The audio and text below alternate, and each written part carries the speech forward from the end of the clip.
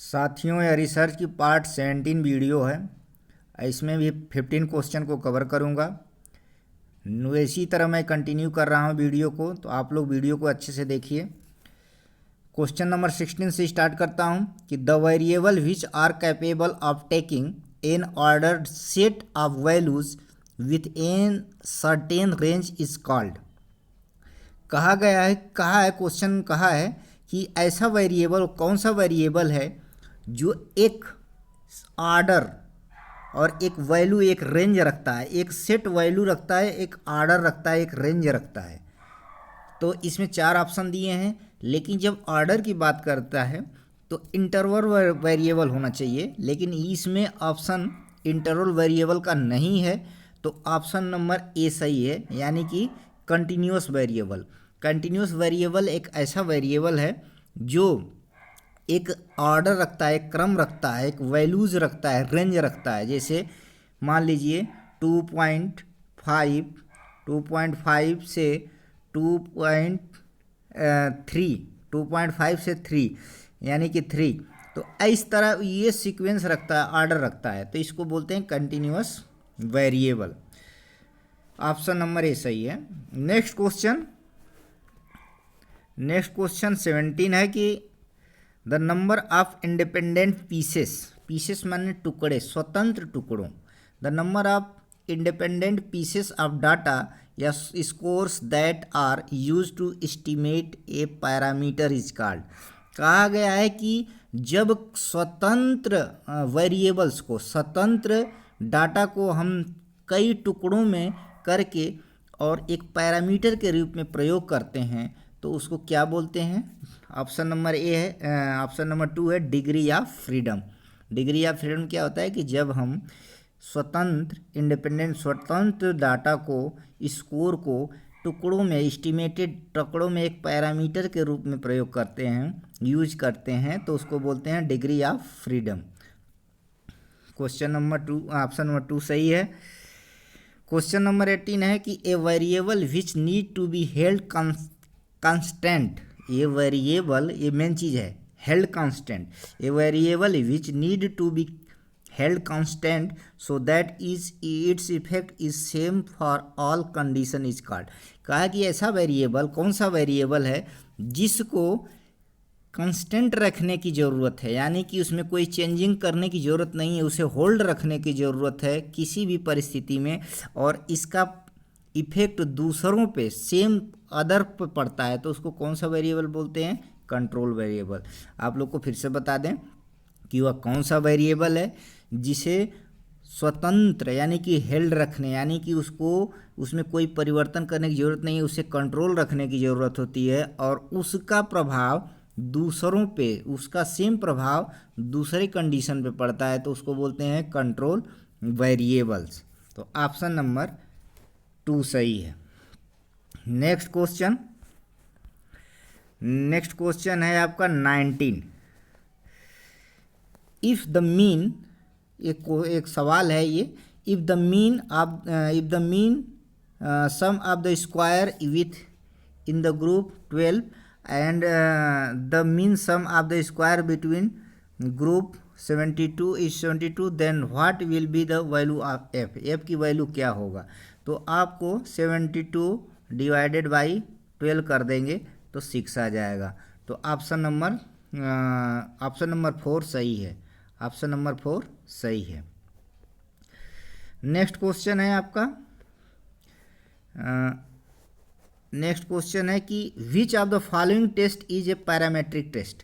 Parametric test और non parametric test. आपको बता दें कि पैरामेट्रिक टेस्ट क्या होते हैं कि जिसमें कुछ पैरामीटर्स होते हैं, पैरामीटर्स मानक दिए रहते हैं, उसी के अंदर मापना होता है, उसी को मापनी स्केल बोलते हैं, तो पैरामेट्रिक टेस्ट होते हैं। जिसमें कोई मानक नहीं होता है, स्कोर लंबे होते हैं, बड़े होते हैं, और हम सैंपल से, उसके सैंपल से हम उसका अध्ययन करते हैं, तो उसको बोलते हैं नॉन पैरामेट्रिक टेस्ट। और जब हमारे पास सैंपल डाटा दिए रहते हैं और सैंपल से जब हम किसी पैरामीटर बना कर अध्ययन करते हैं तो पैरामेट्रिक बोलते हैं। तो इसमें पूछा है कि कौन पैरामेट्रिक टेस्ट है? तो टी टेस्ट जो है वो पैरामेट्रिक टेस्ट है, बाकी chi square test, U test, yes test parametric test नहीं है, ये नॉन पैरामेट्रिक टेस्ट है। नेक्स्ट क्वेश्चन आपका है 21। Experimental method of research is design to determine. जो एक्सपेरिमेंटल रिसर्च होता है उसका डिज़ाइन ज्ञात करने के लिए किया जाता है। एक्सपेरिमेंटल रिसर्च का डिज़ाइन ज्ञात करने के लिए किया जाता है। क्या किया जाता है? कैजुअल रिलेशन एमंग फैक्टर, यानी कि जो फैक्टर्स हैं, जो तथ्य हैं, जो वेरिएबल्स हैं, उनके बीच कैजुअल रिलेशनशिप, उन दोनों के बीच कैजुअल रिलेशनशिप, काज और इफेक्ट को ज्ञात करने के लिए किया जाता है। तो क्वेश्चन ऑप्शन नंबर 1 सही है। काज और इफेक्ट एक्सपेरिमेंटल रिसर्च में चलता है, कॉज एंड इफेक्ट। इसमें इंडिपेंडेंट और डिपेंडेंट वेरिएबल होते हैं। इंडिपेंडेंट को बोलते हैं कॉज और डिपेंडेंट को बोलते हैं effect. Next question 22। Next question आपका 22 है। इफ एन इंडिपेंडेंट वेरिएबल, यदि एक स्वतंत्र चर फॉर एग्जाम्पल उदाहरण के रूप में is new treatment of for hypertension, then the dependent variable might be patients. कहा है कि अगर इंडिपेंडेंट वेरिएबल, अगर हाइपरटेंशन है, अगर इंडिपेंडेंट वेरिएबल यानी स्वतंत्र चर हाइपरटेंशन है, तो एक पेटिंस का, एक रोगी का डिपेंडेंट वेरिएबल क्या होगा? तो हाइपरटेंशन का मतलब होता है ब्लड प्रेशर। तो अगर हाइपरटेंशन जो है इंडिपेंडेंट वेरिएबल है, तो डिपेंडेंट वेरिएबल उसका ब्लड प्रेशर होगा। तो ऑप्शन नंबर 3 सही है। नेक्स्ट क्वेश्चन है the mode is a better measure of central tendency for dealing with. जो मोड होता है मीन मीडियन मोड माने बहुलक जो है एक सेंट्रल टेंडेंसी का मापने का बेटर तरीका है, परंतु यह डील होता है किसके द्वारा? नॉमिनल डाटा के द्वारा डील किया जाता है। तो ऑप्शन नंबर 3 सही है। Nominal data, interval data, ratio data, ordinal data, ये सब आप लोग पढ़ लीजिएगा। तो ऑप्शन नंबर 3 सही है। Next question 24। Choose the correct statement from the following, यानी कि इन चारों ऑप्शन में से करेक्ट आंसर को चूज करना है कि कौन करेक्ट आंसर चूज है। तो ऑप्शन नंबर क्या है कि T test is parametric and chi square test is non parametric. T test is parametric and chi square test is not parametric test. Option number 2 सही है। यानी कि टी टेस्ट जो होता है पैरामेट्रिक टेस्ट होता है, इससे पहले मैं बता चुका हूँ, और काई स्क्वायर टेस्ट होता है जो नॉन पैरामेट्रिक टेस्ट होता है। काई स्क्वायर का मतलब होता है कि जो हम एज्यूम किए और जो हमारा रिजल्ट आया, हमारा एजम्पशन और रिजल्ट के बीच का जो कंपैरिजन करते हैं उसको बोलते हैं काई स्क्वायर टेस्ट। नेक्स्ट क्वेश्चन 25 देखिए, फिर आ गया काई स्क्वायर टेस्ट यूज फॉर, किसके लिए यूज किया जाता है? तो finding significance of an association with 2 attributes, यानी कि फाइंडिंग एसोसिएशन बीच, यानी कि 2 एट्रीब्यूट्स यानी 2 विशेषताओं के बीच जब हम उसके महत्व को एसोसिएट करते हैं, यानी सहायक सा संबंध दिखाते हैं, निकालते हैं कि कितना संबंध है, तो उसी को बोलते हैं काई स्क्वायर टेस्ट, और उसी में यूज किया जाता है कि finding significance of an association between 2 attributes. तो ऑप्शन नंबर 2 सही है। नेक्स्ट क्वेश्चन है 26। As per the hierarchy of need, what is the need for respect from other and for a sense of accomplishment. जो need of hierarchy दिया था Maslow ने दिया था, हियरार्की जो बनाया था मैस्लो ने दिया था, और उसमें कहा है कि क्या आवश्यकता होती है, कौन सी आवश्यकता होती है हम जब दूसरों से रिस्पेक्ट की आवश्यकता करते हैं, जब दूसरे से हम आशा रखते हैं रिस्पेक्ट की, तो किसके अंतर्गत आता है? तो ऑप्शन नंबर आपका 1 सही है। सेल्फ इस्टीम के द्वारा ही हम आशा करते हैं, हमें ज़रूरत होती है कि हमारा दूसरा कोई रिस्पेक्ट करे। तो ऑप्शन नंबर 1 सही है। Next question 27, Sigmund Freud. आप लोग कोशिश करिएगा क्वेश्चन को समझने के लिए, क्योंकि क्वेश्चन थोड़े टफ है।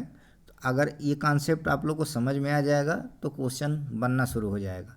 तो सिगमंड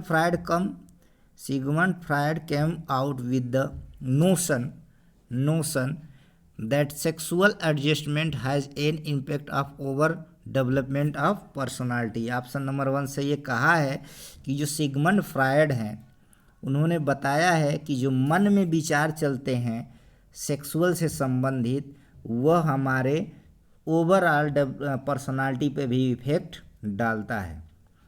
सिगमंड फ्रायड ने बताया है कि जो सेक्सुअल से संबंधित हमारे मन में विचार चलते हैं, उसका इम्पैक्ट पूरे ओवरऑल पर्सनालिटी पे भी पड़ता है। तो ऑप्शन नंबर 1 सही है। नेक्स्ट क्वेश्चन 28 है कि when we draw a circle with arm and wrist straight the types of movement we perform is known है। कहा है कि जब हम कोई एक सर्कल बनाते हैं आर्म और रिस्ट से, और वो भी आर्म और रिस्ट स्ट्रेट रहती है, सीधी रहती है, जब कोई सर्कल बनाते हैं तो किस प्रकार का मूवमेंट होता है? यानी कि सरकमडक्शन मूवमेंट होता है जब हम कोई सर्कल बनाते हैं अपने भुजा से और कलाई से, और वो भी स्ट्रेट रखते हैं, तो उसको बोलते हैं सरकमडक्शन। तो ऑप्शन नंबर 3 सही है।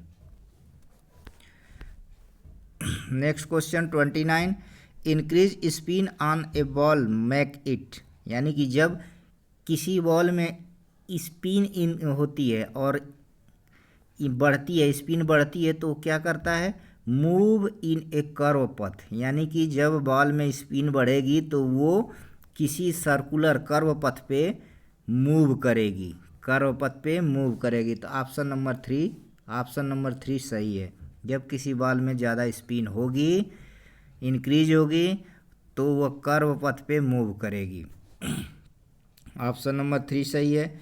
Next question, mitochondria plays a important role in cell respiration and, मतलब माइटोकॉन्ड्रिया जो होती है वो महत्वपूर्ण भूमिका जो निभाती है सेल के रिस्पायरेशन में, सेल की श्वसन क्रिया में, और साथ ही साथ मेटाबॉलिक फंक्शन में भी भूमिका उसका बहुत अहम रहती है। तो ऑप्शन नंबर 1 सही है, मेटाबॉलिक फंक्शन। हाँ, तो इस प्रकार मैं अब नेक्स्ट वीडियो में और बाकी क्वेश्चन कवर करूँगा। Thanks for watching my video.